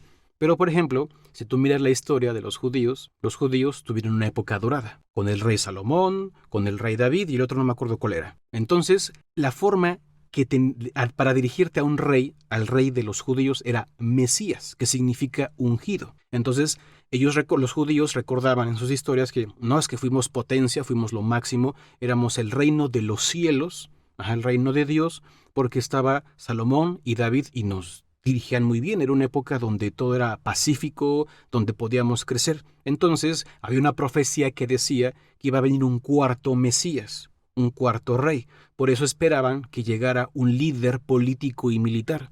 Entonces, Jesús, siendo un judío, y que obviamente conocía la profecía, él la quiso hacer cumplir por medio de él mismo, esa profecía, pero literalmente Jesús en este caso fue el hippie de la época, pero el más grande de todos, porque en lugar de decir es que se va a hacer así, los voy a liberarlos a todos de los romanos, y porque ellos creían que el fin del mundo ya estaba cerca, porque les estaba yendo de la patada, eran sometidos, llegó diciendo de amaos los unos a los otros, y si hacemos esto, todos nos podemos llevar bien. Y lo curioso es que funcionó, comenzó a tener muchos seguidores, y pues dijeron, hay uno que se proclama el Mesías, o sea, alguien que se considera rey judíos, pues pasó lo que ya sabemos que pasó. Pero esto es muy interesante porque la gente escucha la palabra Mesías y es que el Mesías no es uno, sino que es la forma que tenían de dirigirse a los reyes. Así que David, el rey David, fue el Mesías, Salomón fue el Mesías y el otro que no me acuerdo cómo se llamaba fue el Mesías. Y por eso los judíos esperaban a un Salvador. Pero no, esperaban a un Mesías que es un rey que regresara a los judíos justamente a ese momento de dorado en el que tuvieron. Y según tengo entendido, todavía lo siguen esperando, ¿no? O sea, para ellos es como que Jesús sí fue un profeta más, pero vamos a seguir esperando. Por eso no lo consideran. Por eso los judíos, es la separación de los judíos y los cristianos. No consideran a Jesús el cuarto judío porque no los liberó. Surgió una religión a partir de él, pero no los liberó. Jesús vino a romper el canon de los judíos. Los judíos simplemente siguen su historia, su canon. Y Jesús fue un judío que surgió de ahí y pues lo rompió. Igual que Buda apareció y siguió muchas escuelas espirituales a partir, nacidas del hinduismo. Y el hinduismo, nacido de las 6 darsanas, y él dijo, no, esto no es para mí y sigo mi propio camino, lo cual demuestra que no todos los caminos se adaptan a las personas. Digo, no, el mismo camino no se adapta a las personas, sino que cada quien aprende de formas diferentes y busca su desarrollo según lo que necesita. Tenemos necesidades, hay necesidades similares, pero las buscamos de formas diferentes. Entonces no le gustó a Buda las enseñanzas de algunas personas ascéticas, y pues él creó su propio camino, del cual surgió una religión, muy similar a la de Jesús. Que por cierto, hablando precisamente de Jesús y otras religiones, en realidad Buda es mencionado en muchas otras religiones. Por ejemplo, en el hinduismo, a pesar de que viste que era como una separación, en el hinduismo siguen creyendo que Buda era parte de su religión y es considerado el 24º avatar del dios Vishnu. Y, o sea, que es ¿qué sería 24º? ¿Qué es eso? 14º es el 14. 14, ok. Es el 14º avatar de Vishnu, o sea, la 14ª reencarnación de ese dios. Y según esto, es el último avatar que hubo hasta la fecha, porque como alcanzó el Nirvana, pues ya no pudo volver a reencarnar. Oye, por cierto, hay una trinidad, así como en el cristianismo. ¿En serio? Hay una trinidad en el hinduismo que es Rama. Le voy a decir, no es así, ¿ok? Le voy a decir Dios Padre, para que lo entiendan. Vishnu es el Espíritu Santo y Shiva Vishnu es el Hijo y Vishnu es el Espíritu Santo. Es solamente para ejemplificar porque son 3, pero no es que sea literalmente lo mismo, ¿no? Porque son cosas diferentes. Brahma es la conciencia, es el todo, la conciencia universal. Vishnu es esa conciencia universal creadora, que crea todo. Y Shiva es lo que destruye todo. Entonces, si tú miras el yin yang, de que siempre hay una fuerza que destruye y otra que crea, siempre, así como en Dragon Ball, influencias obviamente de filosofías orientales, hay un dios que destruye y uno que crea, pero siempre hay un equilibrio, ¿ok?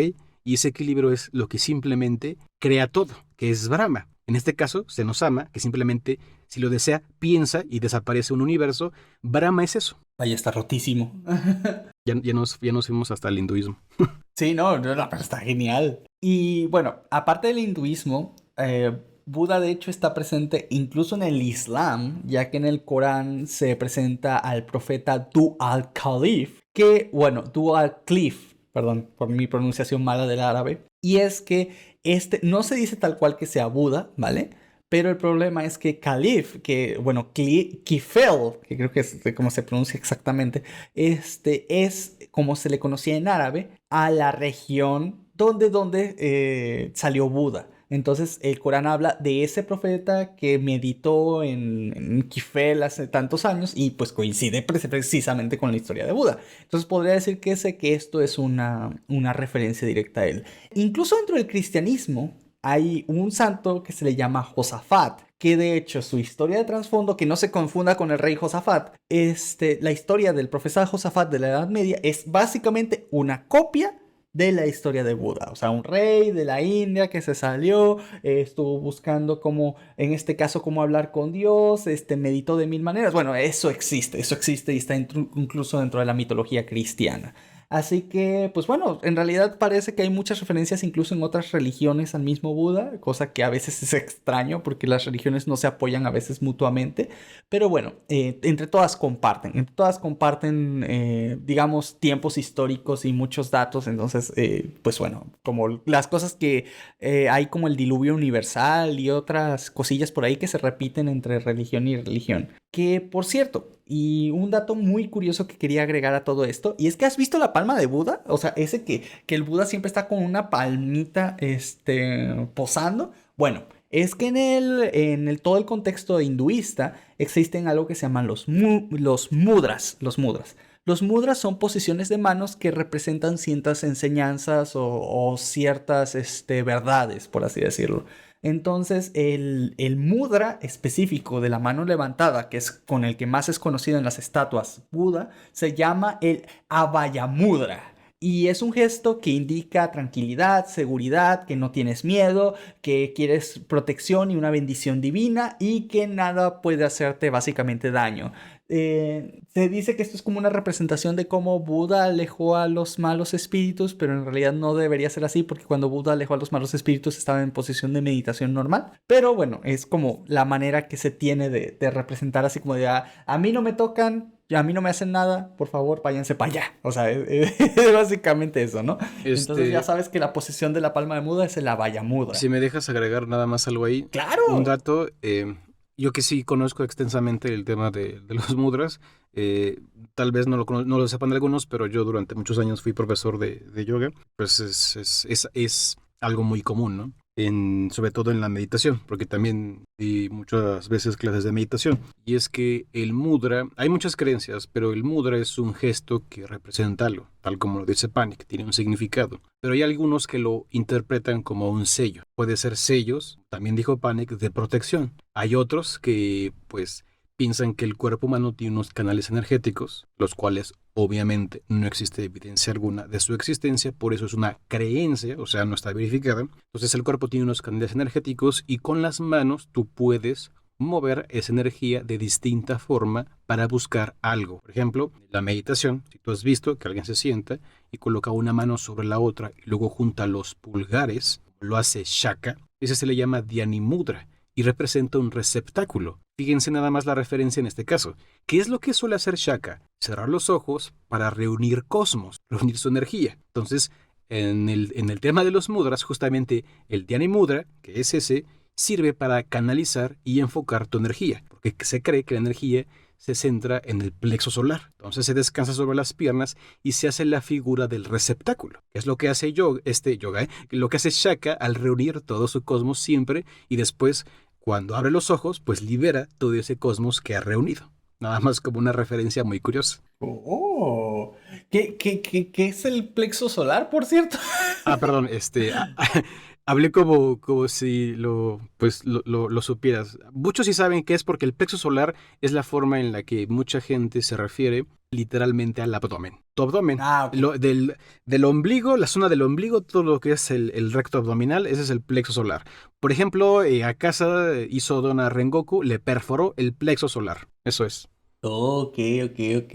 Vaya, interesante, interesante. Bueno, chicos, agregando algo más sobre la filosofía budista, si tú no entiendes exactamente qué consiste, pues sí, el Buda Gautama diseñó un método y le identificó 4 verdades que si tú las buscas en internet para leerlas, las suelen llamar como las 4 nobles verdades o las 4 verdades nobles. A resumidas cuentas, porque pues puedes investigar profundamente sobre cada una, la primera dice que la vida conduce al sufrimiento. Esa es una verdad. La otra verdad es, el origen del sufrimiento son los deseos. Si tú deseas algo, vas a sufrir. Si deseas demasiado y no lo obtienes, sufres. La tercera verdad es que el nirvana es donde justamente desaparece el sufrimiento. Y la cuarta verdad, la última, es que el óctuple sendero es el camino para llegar al nirvana. El óctuple sendero es el método que Buda creó para conseguir el nirvana. Entonces, para resumir, es las 4 verdades. Vivir te hace sufrir, el origen del sufrimiento son los deseos y el nirvana es la forma en la que desaparecen los deseos. Y si quieres hacerlo, la 4ª verdad es sigue el camino de Buda, ¿ok? El octuple sendero. Octuple porque son 8 pasos. El octuple sendero, a muy resumidas cuentas, el primero sería entiende bien las cosas. Es como el método científico, observa bien. El segundo método es, ahora que observaste bien, trata de pensar bien, ¿ok? Usa tu razón. Usa tu entendimiento, reflexiona. El tercer paso del método sería, pues, habla con rectitud, sea honesto y cada cosa que digas sea basado en los 2 anteriores pasos. Luego está el cuarto punto, que sería, ya que hiciste lo anterior, pues actúa bien. Ya puedes actuar de forma correcta. El quinto sería algo como busca las maneras correctas de hacer las cosas en tu vida. O sea, una manera correcta de vivir. El sexto punto sería, pues, tienes que esforzarte, tienes que trabajar. Para conseguir eso tienes que trabajar. El séptimo es la atención. El octavo es la concentración, porque son diferentes, atención y concentración dentro de estas filosofías. Tienes que entender bien, tienes que pensar bien, tienes que hablar bien, tienes que actuar bien, tienes que vivir bien, tienes que esforzarte, tienes que ser atento y tienes que concentrarte. Ese es el octuple sendero para poder llegar al nirvana. Básicamente la filosofía budista es 4 verdades y en esas 4 verdades, para poder llegar al nirvana, donde es mencionado, hay que seguir un camino de 8 pasos, que es el que les acabo de mencionar. Y una cosita más, podríamos hablar, hay muchos tipos de budismo, pero principalmente, de forma oficial, se reconocen 3, que es el Theravada, que es el budismo del Gautama. Pero también está el Mahayana y el otro se llamaba Vajrayana. Me puedo equivocar en el último, no estoy seguro. Es Vajrayana. Pero el Mahayana, que sí lo conozco bien, es donde están un montón de tipos de Budas, porque hay Budas trascendentales, Budas terrenales y Budas cósmicos. Hace rato mencioné a Vairocana, que es un Buda solar, de donde sale Kamadogami, pasado al sintoísmo, dentro de las deidades budistas de Japón, ¿ok? Kamadogami es un Buda, es literalmente un Buda con una espada de fuego, y es la digievolución de Vairocana, que es un Buda que tiene atrás un sol, ¿ok? Entonces, Vairocana es un Buda cósmico, porque el Buda se transforma en un concepto, es una idea, un ideal. Es como si habláramos, otra vez poniéndolo de ejemplo, esa comparación de el Jesús terrenal, el Jesús histórico y Jesús como Dios mismo, ¿no? Entonces hay diferentes formas de interpretar al personaje. Aquí es básicamente lo mismo y creo que por ahora es todo lo que podría agregar al budismo. Wow, se me fundió el cerebro. Espera, entonces hay budismo sin Buda, o sea, sí, budismo con Budas que no son el Buda que todos conocemos, sino que son otros Budas, ¿no? O sea, Buda es un título, no es realmente como tal una persona. Al Buda al que nosotros nos referimos, digamos como es el Buda más famoso, el principal, el que todo el mundo conoce, que es Gautama, ¿no? Siddhartha Gautama. Pero pues no deja de ser un título, por lo tanto, por si se confunden porque Café dijo un montón de Budas, es porque sí se puede, él sí puede haber. Significa en teoría, despierto. Por ejemplo, tú eres un Buda porque estás despierto, o sea, te iluminaste. Y como el Buda es un título que representa algo, ese algo es un concepto. Los Budas, que no son personas, sino son ideas, por ejemplo, el Buda cósmico, el Buda solar, el sol representa la iluminación, la luz, literalmente. Y me faltó una, ahorita que estaba hablando de los budismos, hablé del Theravada, que es el de Gautama, el Mahayana, que es el que tiene muchos Budas, que les acabo de mencionar, y el otro que no estaba seguro si era Vajrayana, creo que sí, no sé si es Vajrayana o Vajrayana, y esa es la extensión del Mahayana, o sea, usa un montón de Budas, pero esto es muy gracioso porque se mete una filosofía extra que se llama el Tantra. Para no hablar de más, digamos que es la filosofía de buscar el placer. Entonces se agrega eso, esa filosofía y al budismo se transforma en el budismo Vajrayana, creo. Que te tenía una pregunta. Sí. Existe en Asia alguien que es el Dalai Lama, ¿no? Ajá. Que se supone que es la reencarnación de Buda. Pero aquí hay 2 preguntas. 1, ¿es la reencarnación del Buda Gautama? Y 2, ¿no se supone que un Buda ya salió del ciclo de reencarnaciones del Samsara? Entonces, ¿cómo puede tener otra reencarnación? Exacto. O sea, ¿qué es el Dalai Lama? Porque te dije, se supone que el Buda llega al nirvana y en el nirvana tienes la potestad de regresar. A eso le llaman los avatares. Ajá. En la India creen que existen varios avatares y en el Tíbet creen que el Dalai Lama, que por cierto hace poquito estuvo ahí en Chismes, en Dimes y Diretes, el Dalai Lama es uno de los avatares. justamente de Buda. Entonces el budismo tibetano entra dentro del budismo Mahayana, no del Theravada, que Theravada es las enseñanzas del Buda, sus sutras, y la otra que no me acuerdo cómo se llamaba, que es donde escribe las disciplinas. Pero el Theravada es el Buda Gautama y sus enseñanzas. Y las demás incluyen al Buda Gautama, pero un montón de Budas y meten todo este rollazo que les acabo de decir. Órale. No, es demasiado. Bueno, chicos, esperamos que no les haya explotado el cerebro con tanta explicación y tantas cosas. Un poquito pesado y denso el tema de hoy, pero les juro que al menos se van de aquí con un poquito de enseñanzas y al menos ya sabes lo básico de lo básico de lo básico que hay que saber del budismo. De nada. Entonces, ¿café? Panic, pues fue un placer estar aquí contigo y el tema estuvo interesante. Debo decir que sentí cierta nostalgia.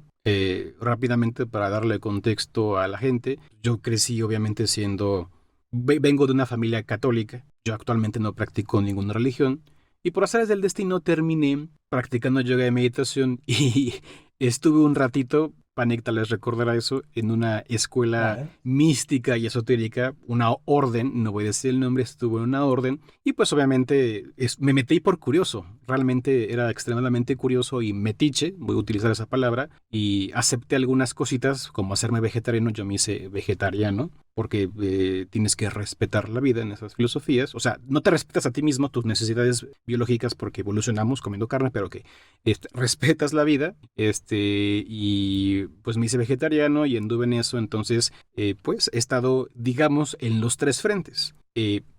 Crecí en la religión, también anduve con los místicos, por eso les sé el rollo, y después, obviamente, por mi propia formación académica y científica, pues yo actualmente como hombre de ciencia, como persona de ciencia, pues para mí lo otro es solamente como algo cultural, algo que me interesa mucho, pero cultural. Yo genuinamente soy escéptico, o sea, no doy algo por hecho, no suspendo juicios de las cosas si no existe evidencia de ello. Pero se me hace muy interesante y esto me causa nostalgia porque recordaba esos momentos cuando estudiaba, cuando iba a esas escuelas o cuando leía los libros y estuve muy metido en todas estas filosofías para intentar entenderlas. Entonces fue muy grato para mí estar aquí un ratito contigo, Panic, y no me imaginé que eso un día iba a servir de algo como para un podcast de Panic Flash, que es un canal de anime. Así de raro es el mundo. Sí, o sea, uno nunca sabe qué cosas se va a encontrar. La vida es una caja de bombones. Pero sí, efectivamente, una cosa que yo les puedo recomendar, chicos, que así como tuvo Café la oportunidad en su momento, aprendan un poquito también de otras religiones, ¿vale? Aunque ya tengan una religión, aunque estén definidos, no para que se conviertan, no para que se traspasen, simplemente porque creo que es un ejercicio de humildad y es un ejercicio donde comprendes a otros. Recuerda que la mayor cantidad de la población humana, creo que es tan solo el 35% son católicos o cristianos y todo el resto son otras religiones. Entonces, si tú te encierras solo en tu religión, solo vas a entender a una pequeña parte de la población y pues en el planeta somos muchas personas con muchas ideologías y no vas a decir la mía es la correcta, la certa, la verídica y todos los demás están mal, ¿no? Perdón, Panic, entonces, una cosita ahí nada más, perdón por interrumpirte, que dices que hablas de la población humana, nada más para precisar, actualmente aproximadamente el 80% de la población humana practica una religión. De ese 80%, más del 30% son católicos, como tú dices. Nada más para que vaya. no o sea, esto no meter menos, a todos. O sea, si hacemos las sumas totales es todavía menos entonces, ¿no? Sí, nada más para no meter en lo mismo a toda la población, porque actualmente también es cierto que las religiones no tienen el mismo éxito de antes y vemos en Europa muchas iglesias han quedado sin seguidores o hasta las han convertido en museos, ¿no? Entonces se ha disminuido. Entonces primero decir en este sentido que todavía una mayoría practica una religión y de esa mayoría domina el catolicismo. Ok. Pues bueno, chicos, ya lo saben, por lo tanto es bueno instruirse también en otras religiones un poquito, aunque sea para saber lo básico, ¿no? Como por cultura general. Así entendemos mucho mejor las obras, aunque vengan del otro lado del planeta, como en nuestro caso el anime, o pues el simple hecho por si algún día conocemos una persona practicante de cualquiera de estas cosas, pues para entenderlos mejor. ¿Sabes también para qué sirve mucho? Perdón otra vez por interrumpir. Adelante, no. Sirve mucho por esto. Es importante, aunque tú no creas, en una religión, es muy importante conocerlas y yo confieso, a mí me encanta el tema de la religión. Ajá. No que no crea en eso no significa que no me interese. Es muy importante conocer las religiones porque literalmente estás entendiendo contexto histórico, contexto filosófico y psicológico. Si tú quieres entender las culturas de otras personas para poder entender la sinergia de la especie humana, porque somos un conjunto de culturas, debes saber cómo piensan y no puedes excluir la religión de eso. ¿Por qué son ciertas personas de cierta región geográfica así? Pues porque obviamente tienen un cúmulo de creencias y pues hay que saber interpretarlas. Porque si no nos conocemos, después nos acabamos peleando, como ha pasado un montón de veces. Así que si ustedes tienen la oportunidad de poder aprender una religión, por lo menos de forma general, para saber qué está pasando, pues háganlo. Esa sería la recomendación. Y sí, es muy útil y también desde un punto de vista histórico. La historia es la memoria de la humanidad. Y si ustedes no investigan y no se cultivan también desde la historia de la religión, que es parte de esto, pues el ser humano está destinado a cometer los mismos errores. Es importante que las nuevas generaciones conozcan todo ese contexto histórico, que lleva una gran carga filosófica, ¿no? Para saber exactamente en qué punto estamos. Ahora sí, chicos, con esto yo creo que podemos decir que es oficialmente nuestro adiós. Y aunque no hayamos hablado de anime, aún así, no te preocupes porque la semana que viene sí que lo haremos. Ya que esté de vuelta Void y Editor que andan de vacaciones. Así que por ahora no me queda nada más que decir que... Bye bye chicos, un placer estar aquí, cuídense, tomen agüita de Ugu. ¡Chau! Por cierto, yo todavía me sigue dando cosita que en realidad esas cosas en la cabeza de Buda sean caracoles, ¿sabes? O sea, no me imagino todo eso babosito en la cabeza. Voy a ir por unos chetos y un café.